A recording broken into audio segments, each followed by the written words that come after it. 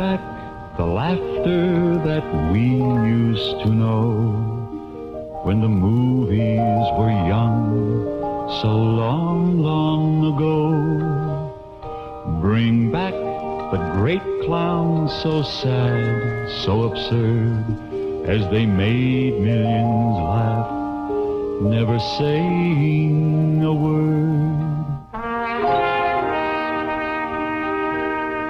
Bring back the proud cop, the pie in the face, the villain who's vanquished in fiendish disgrace. The chill of September has come all too soon. Through yesterday's magic, once more make it June.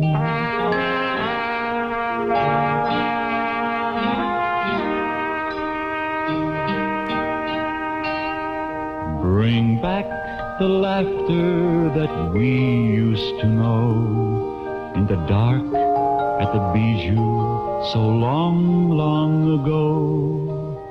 Bring back the flappers so useless and yet with a sweet silent beauty we can never forget. Bring back the wild chase that wrecked a whole town, a bashful hick hero with pants falling down. The chill of September has come all too soon. Through yesterday's magic, once more make it June.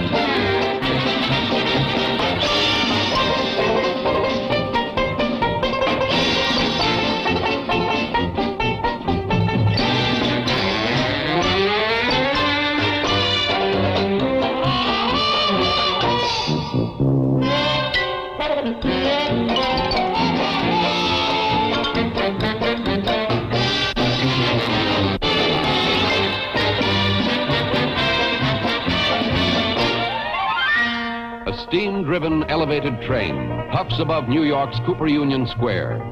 The date is 1895, only a few months after the birth of the motion picture itself. What a sunlit, uncomplicated world was the horse-drawn world of the gay 90s. It lives again in these remnants of film. Caught and preserved by some forgotten cameraman, an Easter parade that began before the century's turn marches on still in stately array down yesterday's Fifth Avenue. Each era has its symbol, In America, the symbol of the 90s was Lillian Russell, a music hall singer whose full-blown beauty became a legend. Bedecked with jewels, presents perhaps from Diamond Jim, Lillian Russell's elegance perfectly reflected the elegance of her age. In 1895, workers bustled from the Lumiere factory to immortality in the first movie made in France. Soon after, the Lumiere's pioneer camera caught French soldiers cavorting in camp, a full generation before World War I. In 1898, the Rough Riders returned in triumph from the Spanish-American War. Viewers with sharp eyes may notice Lieutenant Colonel Theodore Roosevelt himself at the right. Within 3 years, Vigorous Teddy, that damned cowboy, as party boss Mark Hanna called him, was President of the United States. A new age dawned all but unnoticed in 1903, when the Wright brothers rose from Kitty Hawk, North Carolina, in man's first powered flight. The Wright brothers had many imitators. These might be called the Wrong Brothers.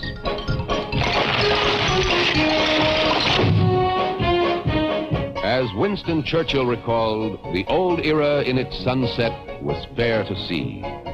This is Broadway in 1903. Traffic jams were undreamed of, but on the side streets, the first Nickelodeon movie theaters were already bringing inexpensive entertainment to all. On their screens could be found such titillating attractions as Chrysanthemums, made in Paris shortly after the century's turn, and featuring that enduring Parisian import, the shapely female. Chrysanthemums ends in a stirring merry-go-round of beauty, with Brigitte, Charmaine, Marianne, Fifi, Madeleine,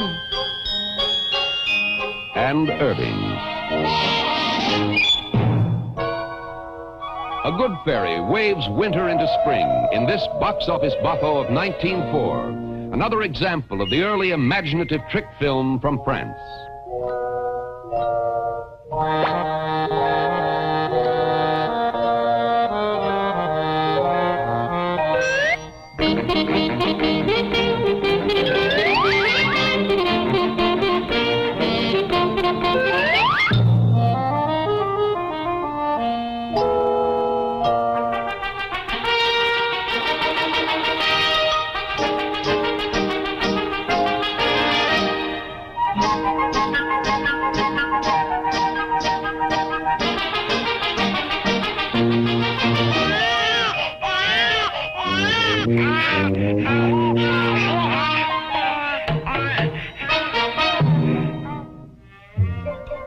Successful European tours of the master American escape artist Harry Houdini inspired Slippery Jim, among the best of the fantastic films from France, and one still fondly remembered by old men who saw it as boys.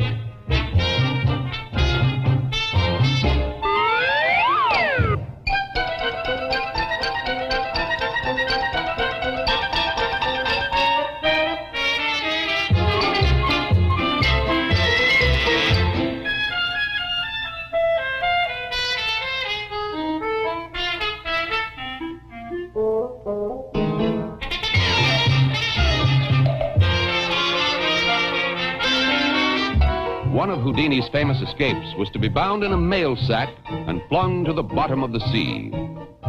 Slippery Jim added a flourish of his own.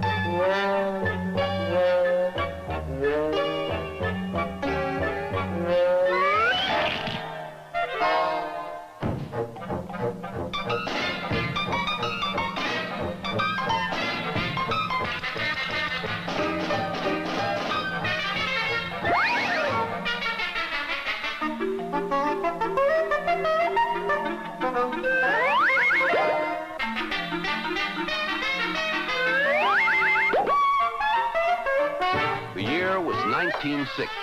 In wit and ingenuity, the new art of the motion picture had surely gone as far as it could go.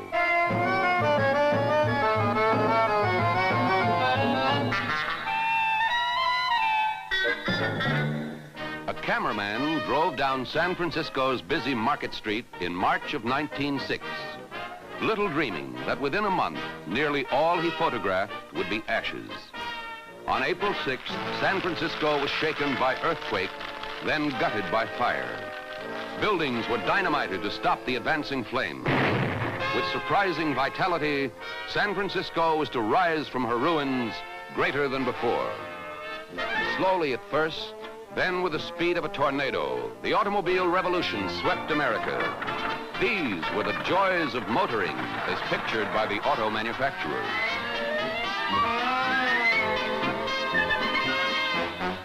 And this was motoring as it really was. For in all of America in 1906, there were fewer than 300 miles of paved country roads. But the trusty Tin Lizzie could go anywhere, do anything. Well, almost anything. The automobile had come. America would never again be the same. In 1910, it was still a man's world. By 1914, film manufacturers, as they were then called, were mass-producing photoplays, shooting comedies and dramas side by side on big outdoor stages. Nickelodeons, like the one shown here, had sprung up by the thousands almost overnight.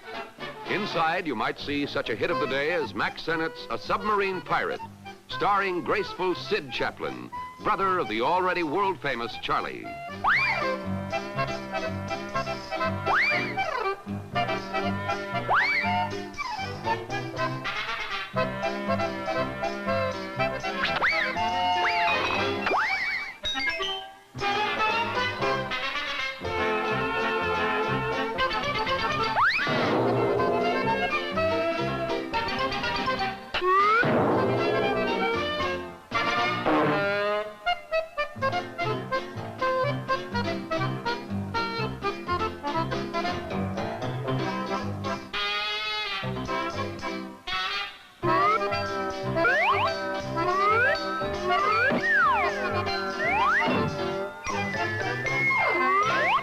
Starting...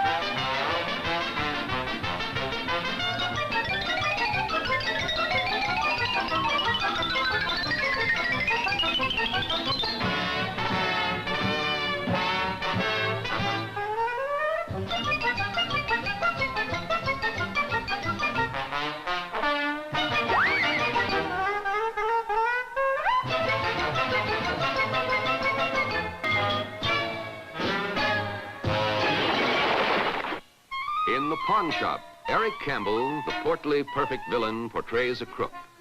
Charlie is a shop assistant. In Love Umbrella to a couple of rooms, the pawn shop demonstrates Charlie's genius.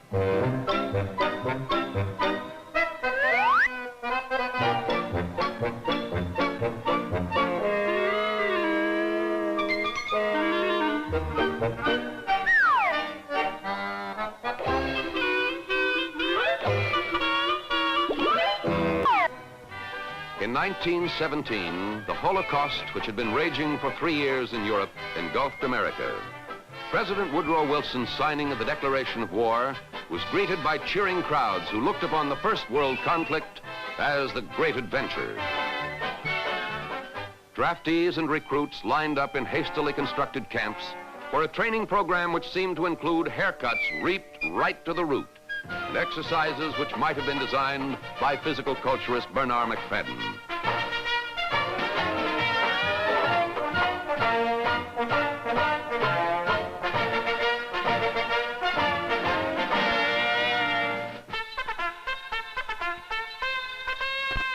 Soon, the first contingents of troops were beginning a journey that would carry them via a bridge of ships to France.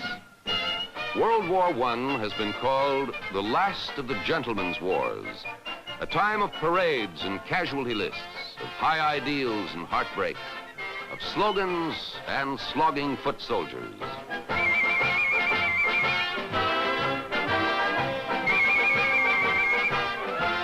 Buy bonds. The cry was everywhere. Spirits soared to the blare of bands. In this fervent crusade to make the world safe for democracy, the celebrities of the nation spearheaded Liberty Loan drives. From Hollywood came America's sweetheart, Mary Pickford. The endless crowds that greeted Mary and other stars like dynamic Doug Fairbanks testified to the popularity of that young entertainment upstart, the motion picture. The best comedy of 1917 was Easy Street, in which Charlie Chaplin, as the little tramp, was inspired by the angelic mission worker Edna Purviance into making a fresh start.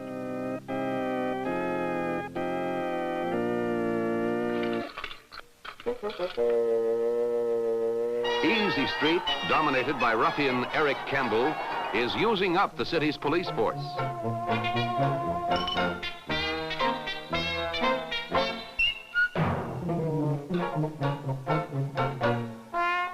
Charlie answers the call. As late as the mid-20s, Chaplin considered Easy Street his finest film.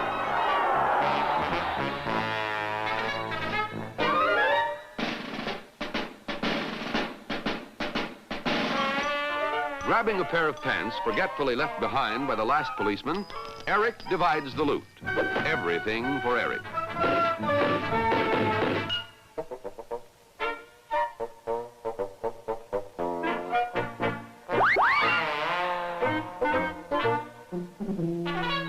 Entering Easy Street, the new arm of the law.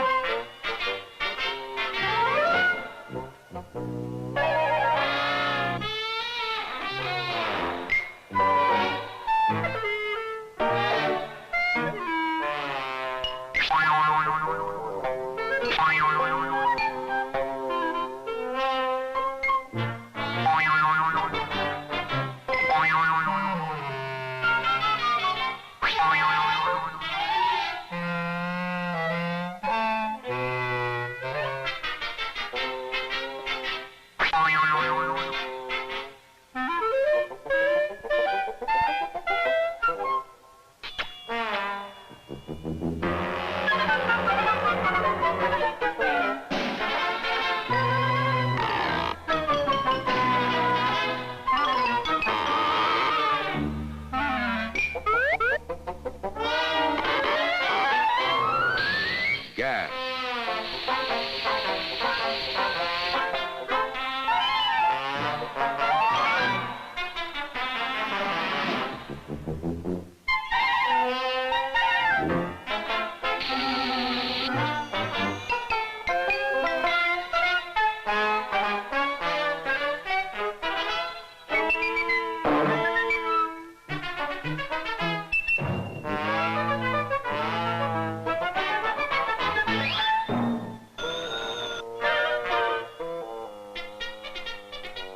Edna has seen it all. The words of this film's final subtitle expressed a suitable wartime sentiment. Love backed by force, forgiveness sweet. Bring hope and peace to Easy Street.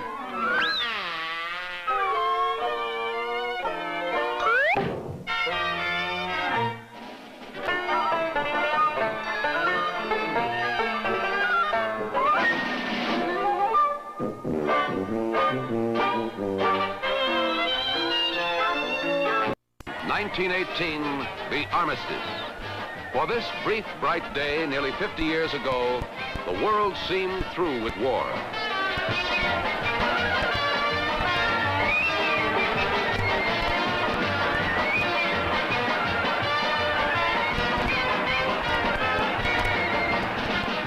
They sailed returning troop ships, their decks alive with cheering men.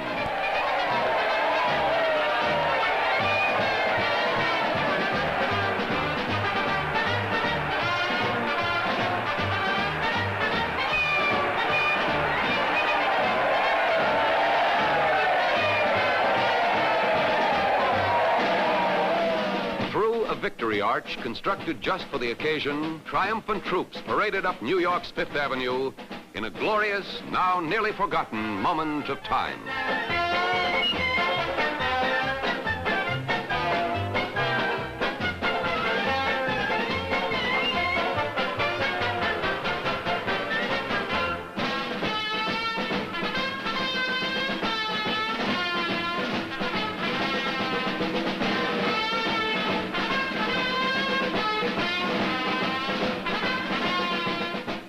Finally, caught in the flow of high emotion, the crowds could be contained no longer, but surged forward to engulf the ranks of happy boys come home. And then, in this most impersonal of cities, there was dancing in the streets.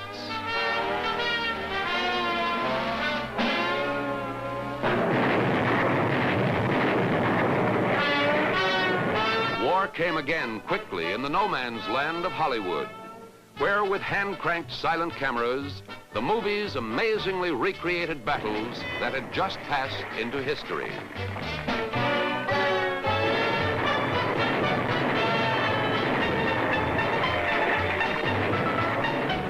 Though Hollywood was bustling and growing, it was still a small town in 1919. On Hollywood Boulevard, James Cruise directed 1,000 extras in mob scenes for The Lottery Man, starring the most popular leading man of the day, Wallace Reed. That's Wally himself talking to Mrs. Cruise and admiring the Cruise baby. Also shot on Hollywood streets that year, though on a much smaller scale, was a little comedy called Lucky Dog. The obscure comedian being bounced from his boarding house had once been Charlie Chaplin's understudy. Some of you may have already recognized Stan Laurel in a day when his face seemed to consist entirely of eye makeup.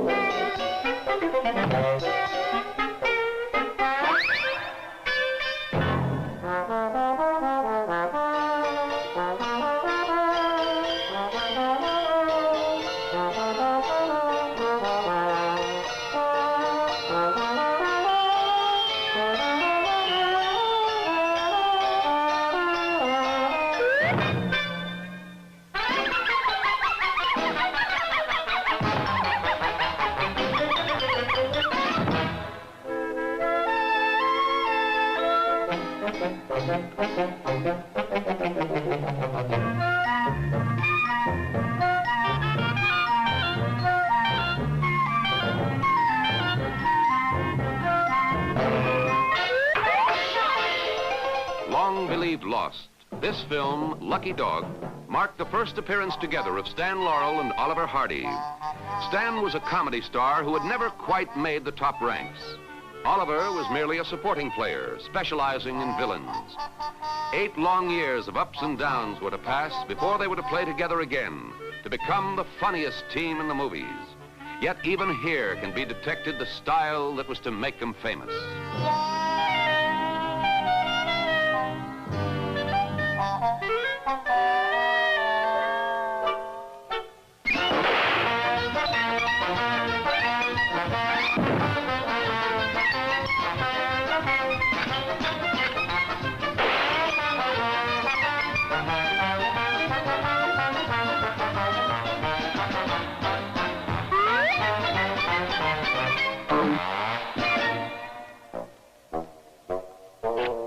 The face behind the flame is that of Buster Keaton, second only to Chaplin among the immortal silent clowns.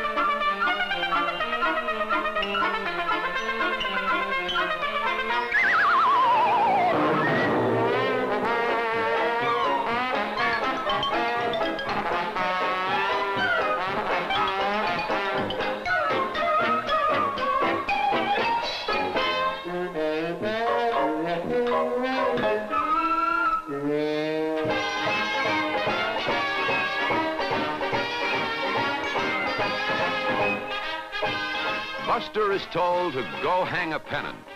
Keaton lived in the surrealistic world of the sight gag, where events had a dreamlike quality, and the dreams were often nightmares.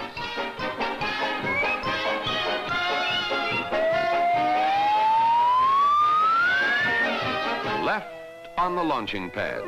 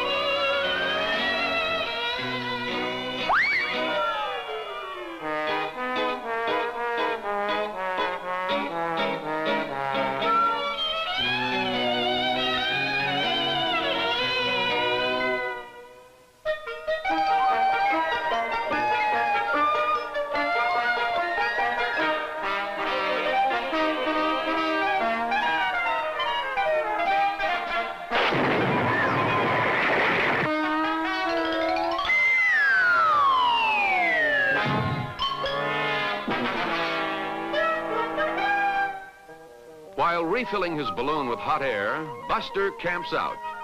Downstream is another camper, lovely Phyllis Haber.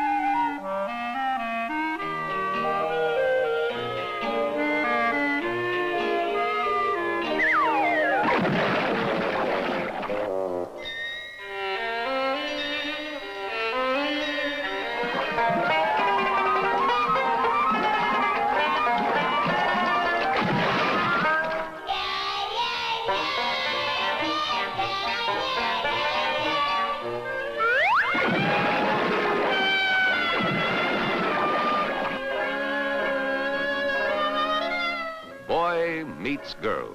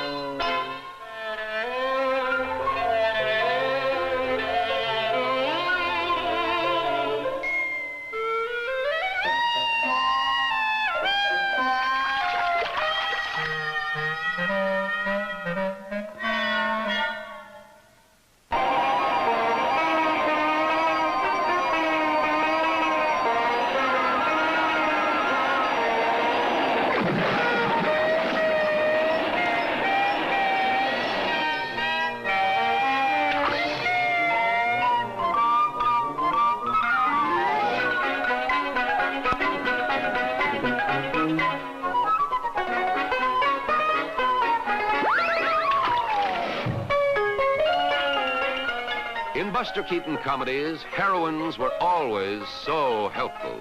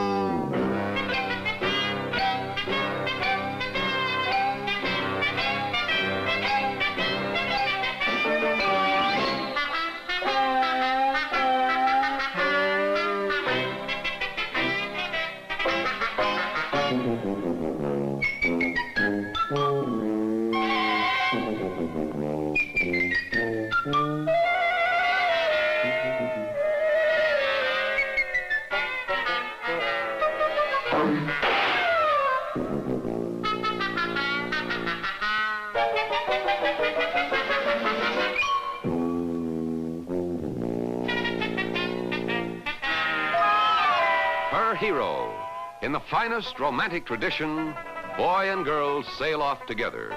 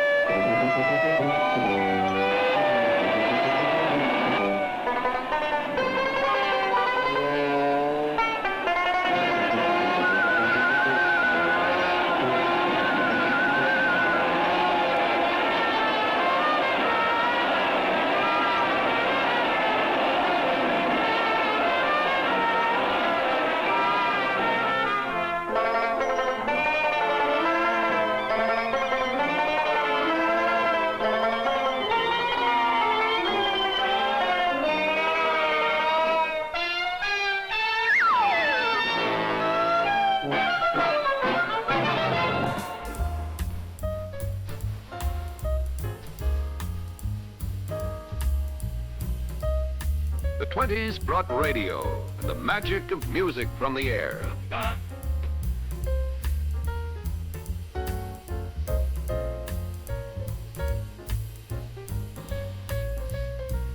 The second gift of the 20s was less popular.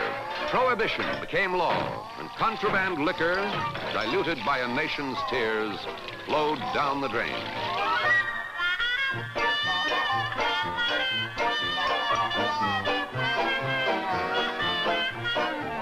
New words entered the language, like bootlegger and speakeasy. Remember the peephole? This was the Great White Way in 1920 at the beginning of the Jazz Age. Though movies had advanced from the side streets to Broadway itself, the most lavish signs still advertised the stage. By the 20s, Hollywood had the biggest studios, the biggest sets, the biggest stars, and its movies were circling the globe.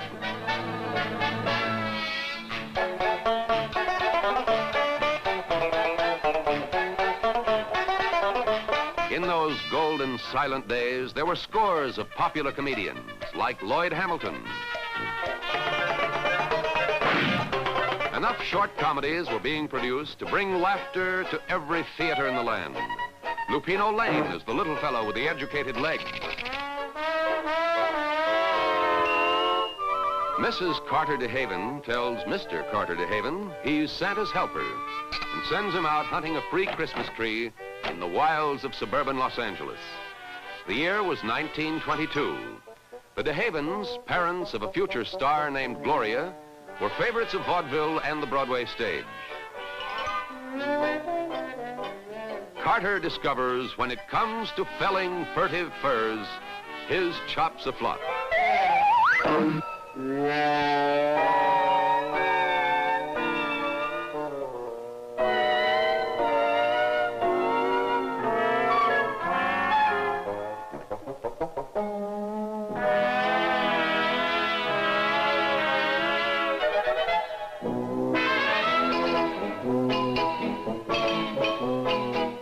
exercising, explains Carter. I'm a woodsman of the world.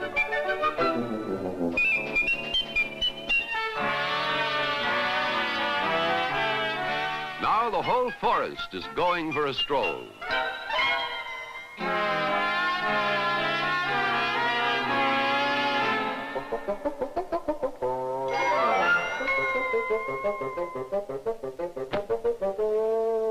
Carter has at last found a Christmas tree, one that neither walks, trots, nor runs. It does, however, trim itself.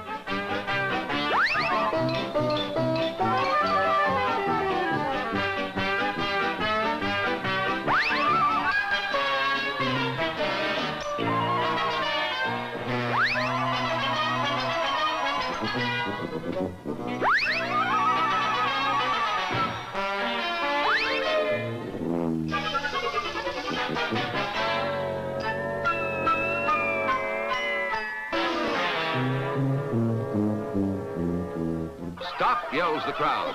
That tree's a kleptomaniac.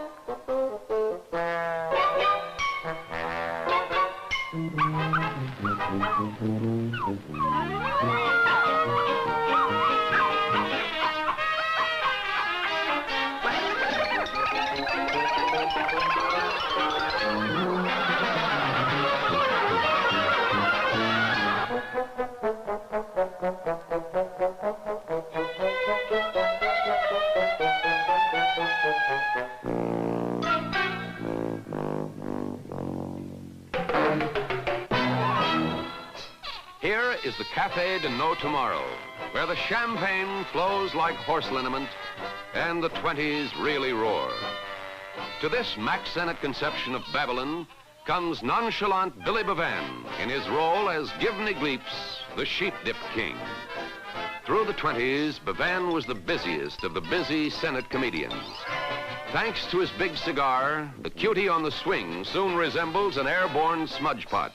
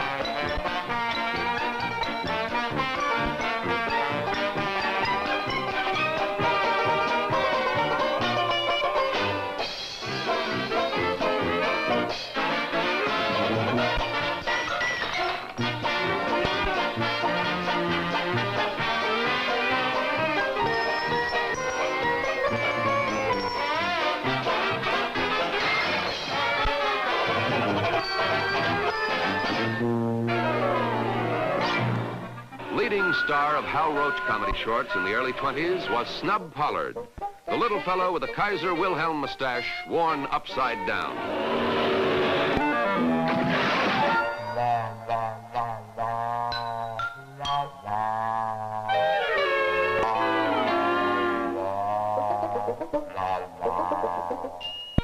Snub discovers that Wifey, with unfailing woman's intuition, has found the perfect love nest, aided by their friendly neighborhood real estate agent.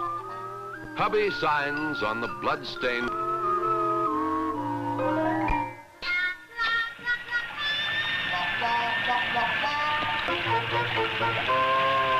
Comes the dawn.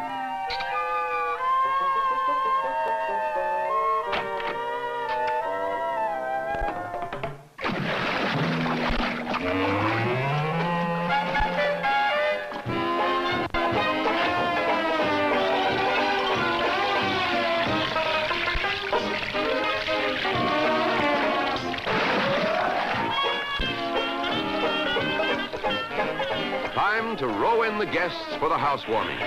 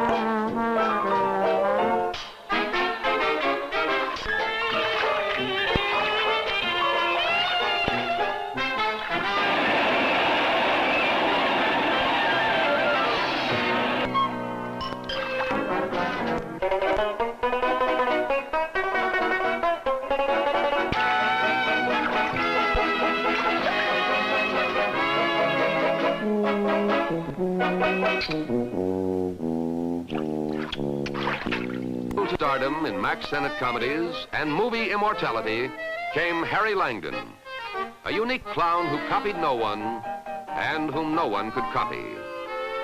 In Smile Please, photographer Harry, the sweet baby adult, is bullied by a nasty adult baby.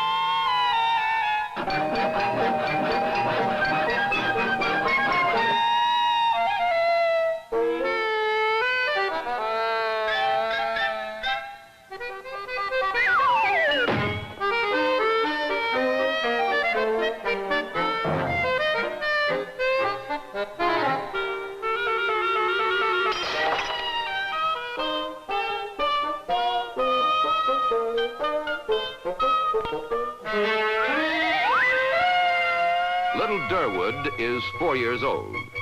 With luck, he may someday be 5.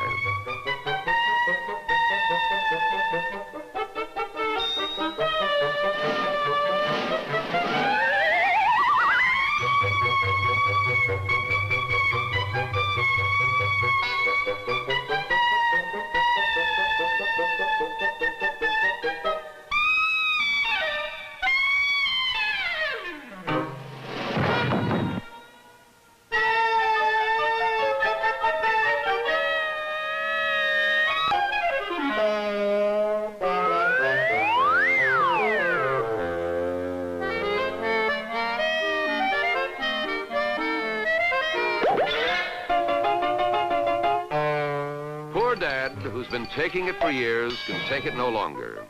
The worm turns and gets it on the other side.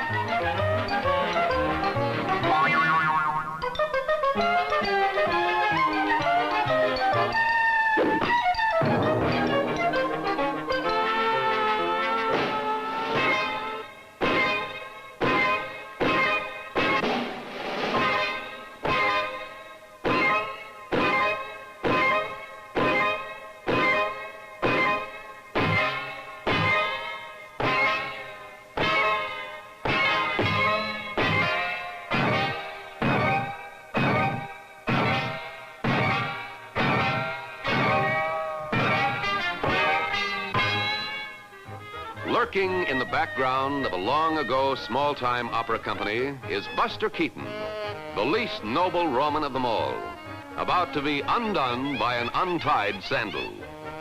The film is Daydreams, which, like all his short comedies, was co-written and co-directed by Keaton himself.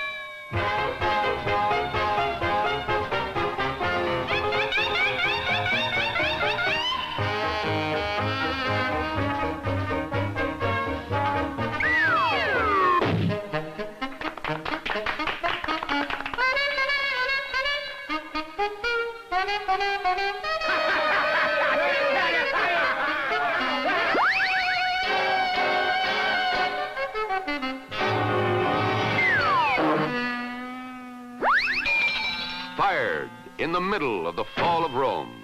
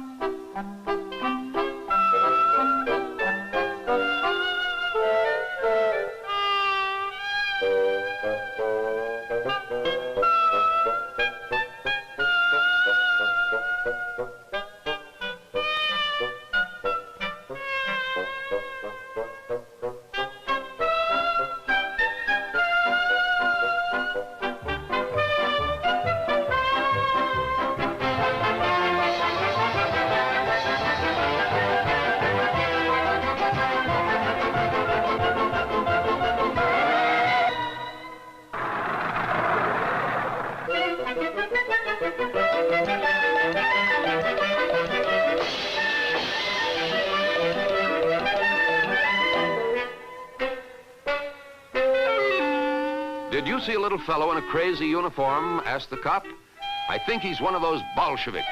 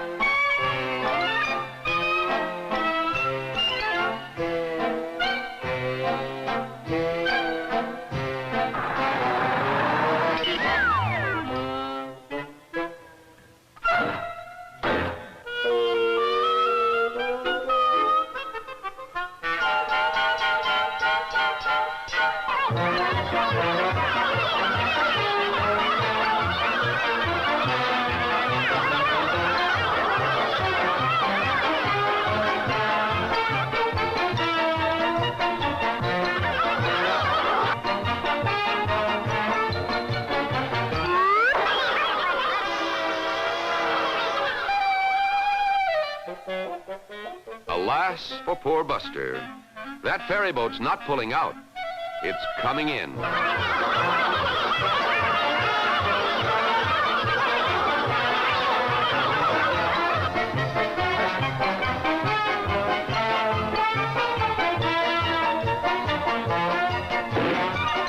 Safe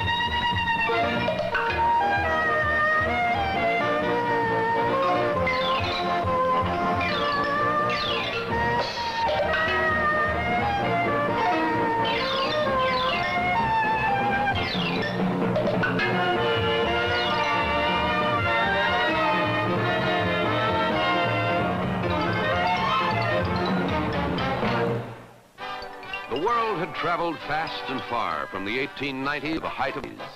Newsreel audiences of 1925 gasped in awe as a single Navy plane lay down a smokescreen to hide the approach of an entire battle fleet. Surely mankind could progress no further. To armchair military strategists, little dreaming of the atomic age, this was the ultimate weapon.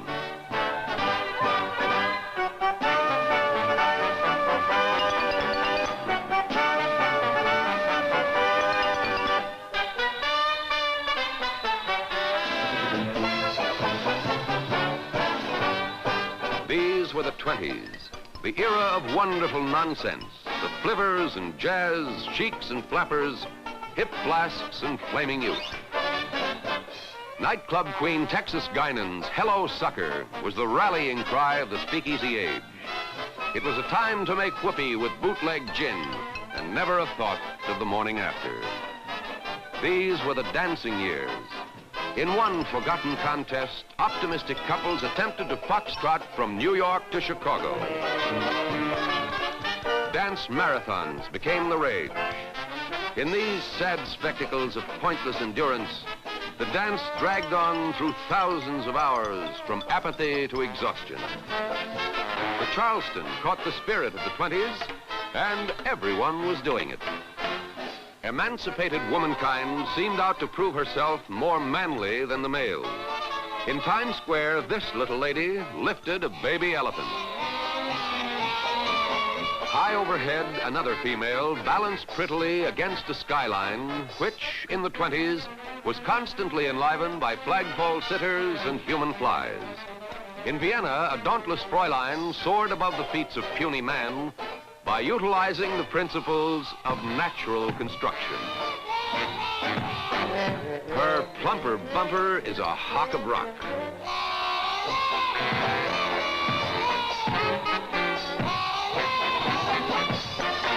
Hollywood was never more glittering than in these last days of silent movies. Jack Holt and Conrad Nagel were among the stars of the 20s, attending a grand premiere at Grauman's Chinese Theater. At right is Cowboy King Tom Mix.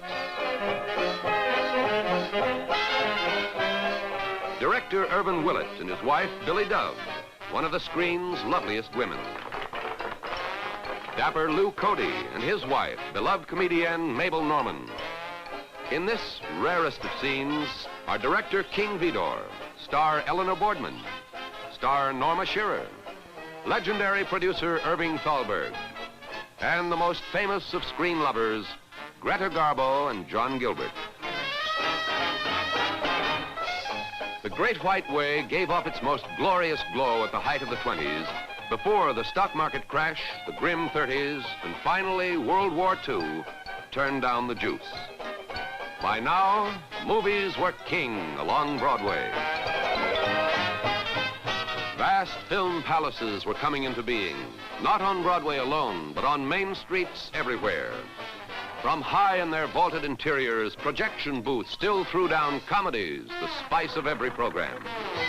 And most comedies ended in a chase, that oldest of film forms, polished to a new brilliance in a last flurry of action just before the movies learned to talk. Chases were of infinite variety. Here, the bookworm chase, with bicycling Charlie Chase reading on in total absorption through total habit.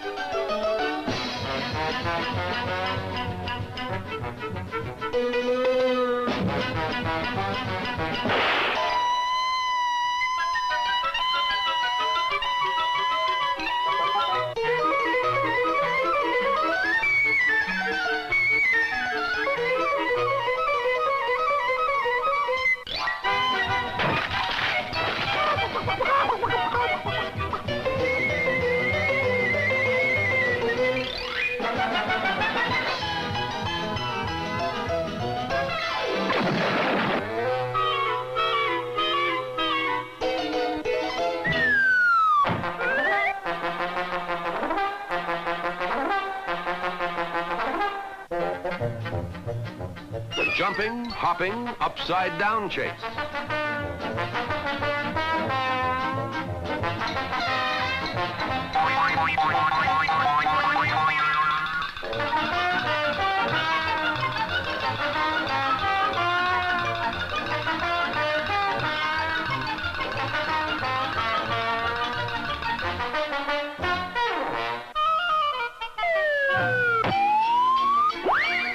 fire engine chase.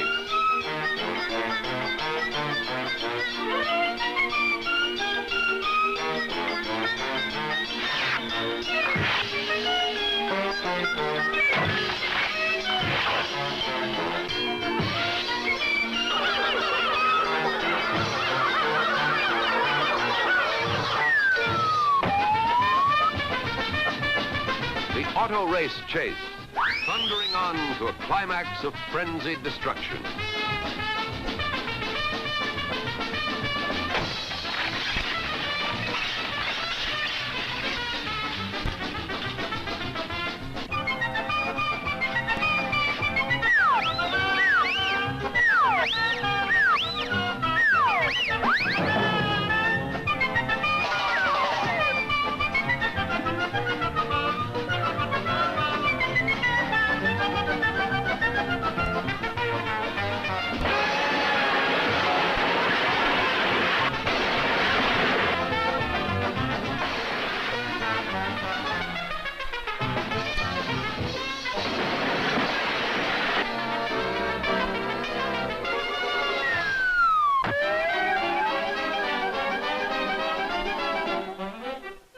The chase in formation.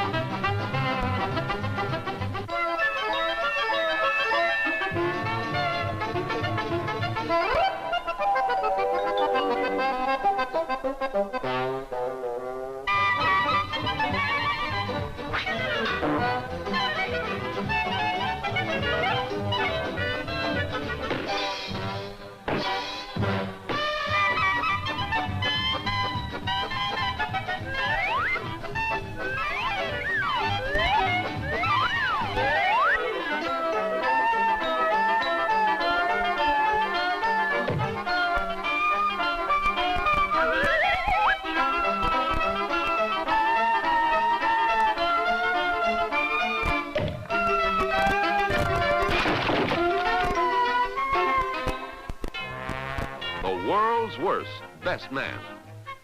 This Max Sennett comedy of the late 20s blended slapstick with sophistication.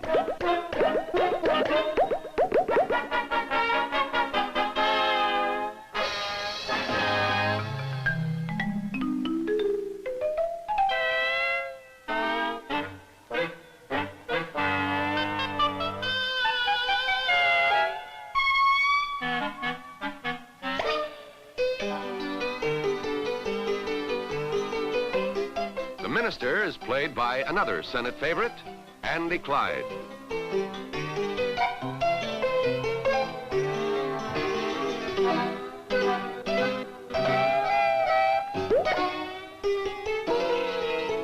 Your tie needs straightening, says Billy.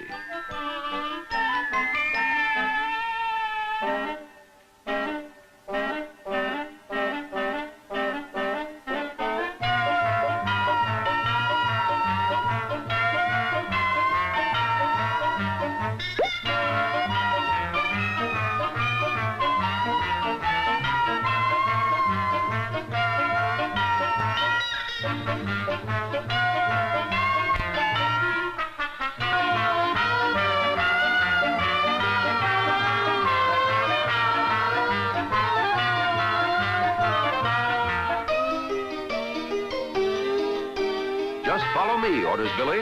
I'll get that collar button yet.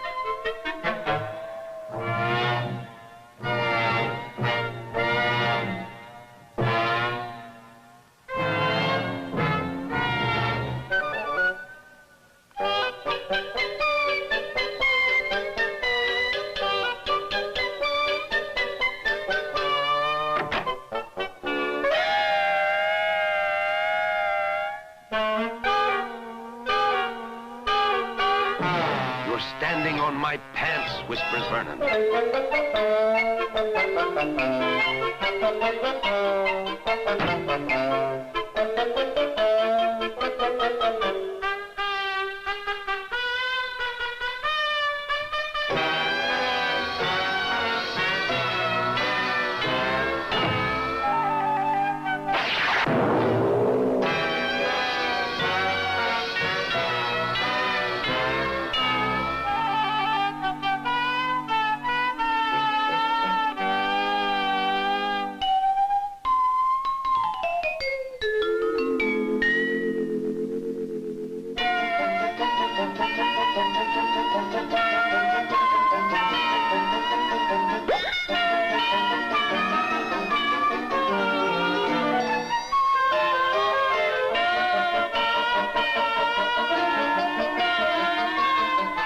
Now, where is the ring?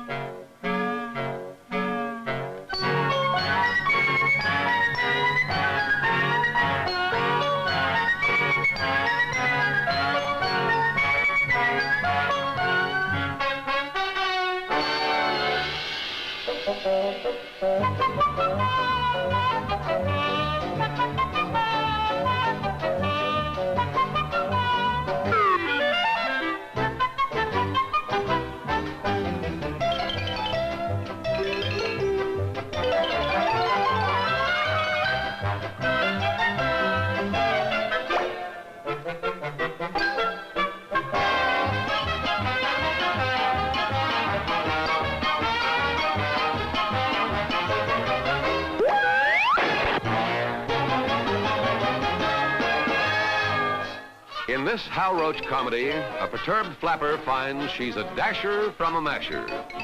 The young lady asked help from Officer Oliver Hardy, looking naked without his little mustache.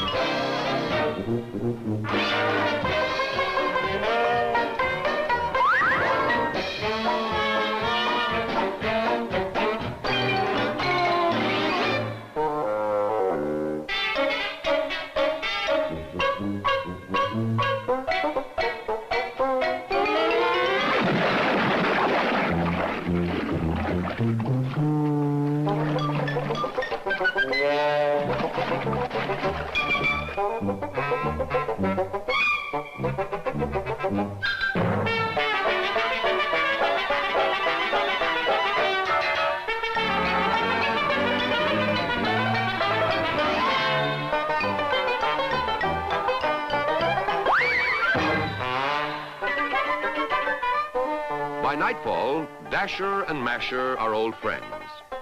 She even finds him on her windowsill. A beautiful romance seems about to blossom if it isn't nipped in the bud by Oliver, the 24-hour policeman.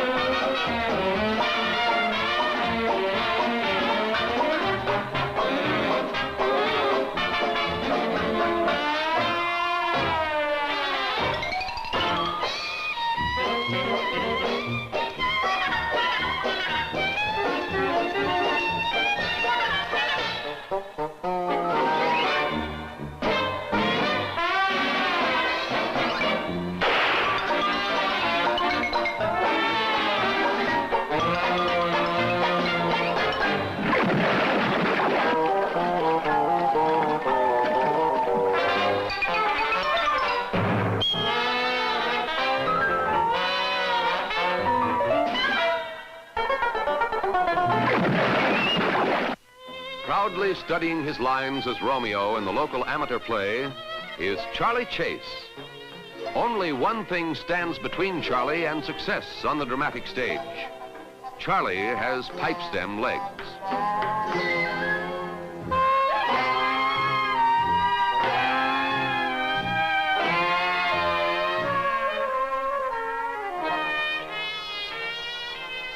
Now, what to use for padding?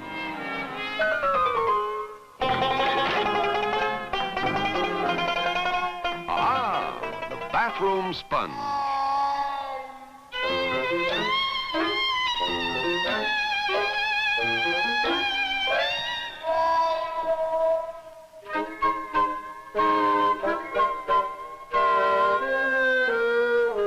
Charlie orders several dozen sponges, rapid delivery. He's already late for the theater.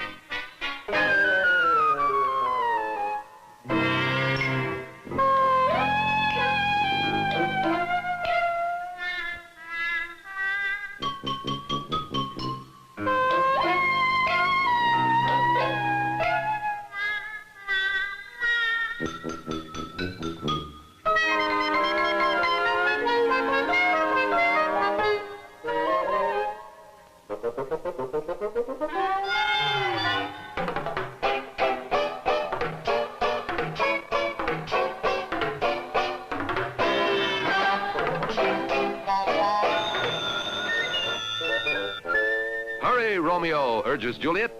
The audience awaits thee.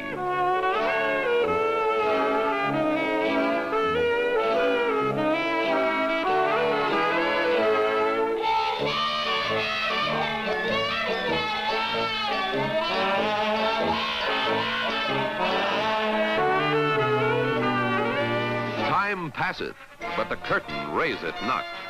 Where's Charlie?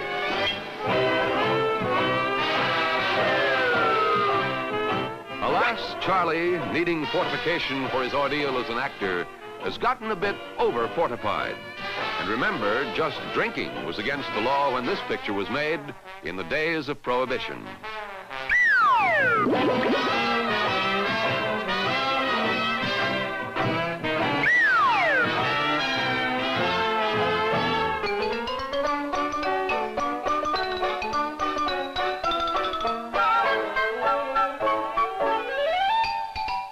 Uh-oh, those sponges. In more ways than one, Charlie's an old soap.